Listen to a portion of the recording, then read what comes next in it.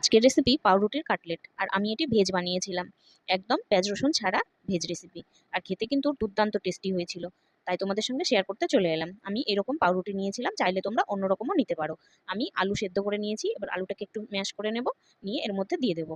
এবার ঘরে থাকা কিছু সবজি, যেমন ক্যাপসিকাম কুচি, গাজর কুচি, কাঁচা লঙ্কা কুচি, একটু আদা গ্রেট করে দিয়েছি এর মধ্যে, ধনে জিরে পাউডার, একটু গোলমরিচ গুঁড়ো, চিলি ফ্লেক্স, একটু নুন স্বাদ মতো, ধনেপাতা কুচি দিয়ে ভালো করে এবার চেপে চেপে এইভাবে মেখে নেব। এবার গুঁড়ো করা বাদাম একটু দিয়ে দিয়েছি, তাতে টেস্ট ভালো হবে। আর এইরকম শেপে কিন্তু আমি গড়ে নেব। দেখো এইভাবে হাত দিয়ে এরকম শেপে তৈরি করে নিতে হবে। এরপরে আমি একটা বাটিতে কর্নফ্লাওয়ার গুলে নেব। তোমাদের কাছে যদি কর্নফ্লাওয়ার না থাকে, তোমরা ময়দা বা একটু চালের গুঁড়োও গুলে নিতে পারো। এইভাবে গুলে নিয়ে ব্রেড কাম দিয়ে এইভাবে একটু ড্র করে নেব। আর এই ব্রেড কাম যদি না থাকে তোমাদের বাড়িতে, বিস্কুটের গুঁড়োও কিন্তু তোমরা ইউজ করতে পারো। আর এইভাবে তেলে ডুবো তেলে ভেজে নেব। আর ভেজে নিলেই কিন্তু একদম ক্রাঞ্চি আর চটপটা একটা মুখরোচক খাবার হয়ে যাবে। আর এই বর্ষার বিকেল কিন্তু জমজমাট।